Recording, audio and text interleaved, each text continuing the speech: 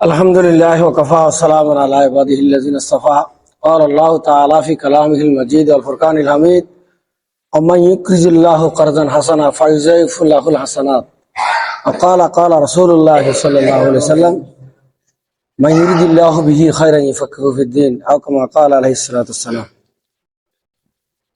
আলহামদুলিল্লাহ, আজকে কর্জ হাসানা যেটাকে আরবিতে বলা হয়, আমি আপনাদের সম্মুখে কালামে হাকিমের এখানে আয়াতের অংশ তেলাওয়াত করেছি।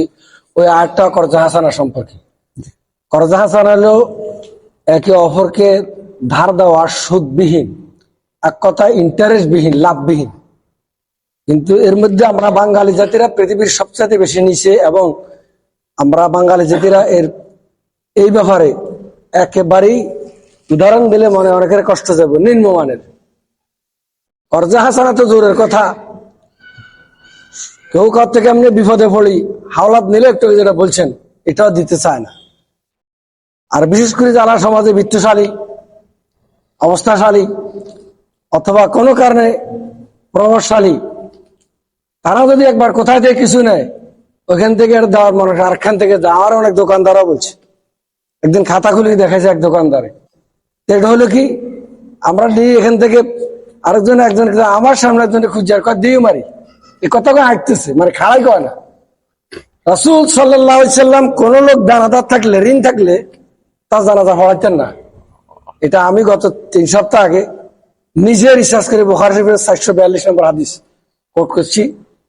এই জন্য এটা আমি একটা জানাজাতে ভদ্রভাবে এখানে বলছি।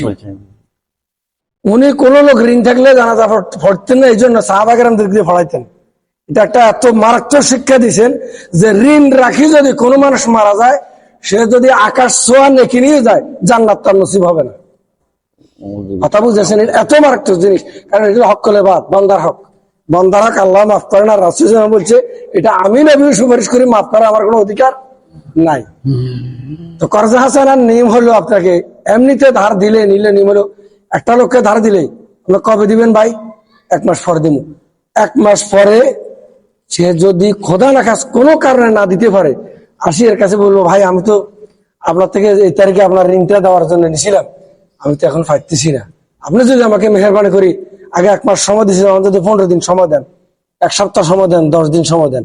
এরপরে যদি যার থেকে নিজে সে যদি সময় দেয়, যে লোকটি হাওলাত দিছে, সময় দেওয়ার পরে প্রথম তো একটা সব পাবে, সময় দেওয়ার পরে তার রিডেবল সব তার আমলনামা লেখা হবে। এটা হলো হাদিসের ভাষা আছে, যে হাদিসটার অংশ আপনাদের কাছে পড়ছি। এখন ব্যাখ্যা দেওয়ার সময় নাই, কিন্তু আমরা তো মুসলমান, মুসলমানের নীতিমালা, মুসলমানের রীতিনীতি সব কিছু থেকে অনেক দূরে, অনেক দূরে। আমরা দুনিয়ার স্বার্থে দুনিয়ার বসে উঠতে পড়ি। যদি সুদের টাকা হয় তাহলে এটা কিন্তু পরিশোধ করি, কারণ এটা বুঝি যে ইন্টারেস্ট আরো বাড়ে, ইন্টারেস্ট আরো বাড়ে। যদি কারেন্ট বিল এটা দিতে হয়, না দিলে কি জরিমানা আইয়ে। মোবাইলের বিল না দিলে মোবাইল চলে না, মোবাইলের বিল সে সুখে থাকে দুঃখে থাকে ভরতে হয়, ঠিক না বাজি? আমি দেখছি নিজের খাড়াই, মোবাইল বিল, কারেন্ট বিল আর সুদের টাকা, এটা কিন্তু পরিশোধ করার জন্য উদ্বিগ থাকে।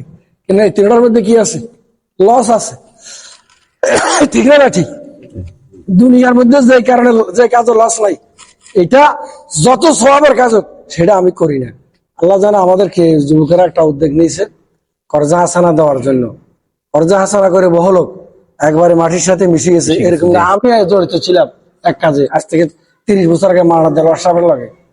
তো অনেক টাকা সেখানে আমাদের মারি গেছে এই কর্জ হাসানা দিয়া। আল্লাহর রাস্তায় আমি অনুরোধ করবো, কথাটার জন্য বলছি, এটা তো এলাকা ভিত্তিক দিতেছে, আপনারা দিবেন এটা নিরীহ যারা, তাদেরকে। নিরীহ যারা, তাদের দুইটা দিক থাকে, একটা হলো অর্থহীনতার কারণে ভয় থাকে, আরেকটা হলো না দিতে পারলে সে আপনার কাছে ধরা দিয়ে সময় নিবে।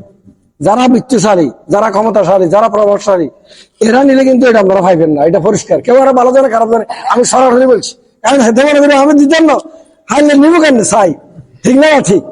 এটা আমি নিজে ভুক্তভোগী, আমি নিজের ভুক্তভোগী, আল্লাহর ঘরে বসে বলছি। আমি একটুখানি আমাদের আগে একজন কথা বলছি, আমার একটা রক্তের ভাইয়ের মধ্যে একজনের টাকা দিছি, 2 বছর পর টাকা শেষে দিতে পারলে আমরা আজারে যাই, বুঝেন? এই কথা নাই তো, শরীয়ত তো বুঝে না, এটা বলে আমরা দিন বুঝি না, এই জন্য আমাদের কাছে এটা বড়। আজ যে উদ্যোগের কথা বলা হয়েছে কর্জ হাসানা, এটাকে আরবিতে বলে কি বলে? কর্জ হাসানা। কর্জ হাসানা, করজ মানে উদার, ধার দেওয়া, হাসানা মানে নেকি। যেই করজের মধ্যে কি আছে? নেকি আছে। যেই ধার উদার দেওয়ার মধ্যে নেকি আছে, এটাকে কোরআনের ভাষায় কি বলে? মাইকুরিজুল্লাহ বিল করজা হাসানা ফায়ুজাইফ লাহুল হাসানাত বিআমালিহি। এটা পরিষ্কার কোরআনের আয়াত এবং হাদিসের মধ্যে আছে। করজা হাসানার মধ্যে ডাবল রিডাবল সব, নিচে সময় দিতে মতো দিতে পারে না, 80 ধরা দিছে, আরো সময় বাড়া দিছে, তার ডাবল সব, আবার দিতে পারে 80 ধরা দিছে, আরই ডাবল সব। কিন্তু দেওয়ার মন মানসিকতা থাকতে হবে। দেওয়ার মন মানসিকতা না থাকে বা সময় বাড়াই নিলে কোনো কি হবে না, লাভ হবে না।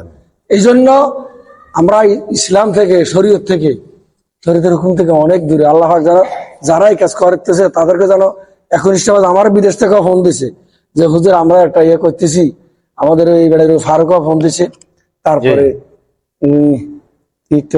নাম কি মকিলবাড়ি তাও ফোন দিছে।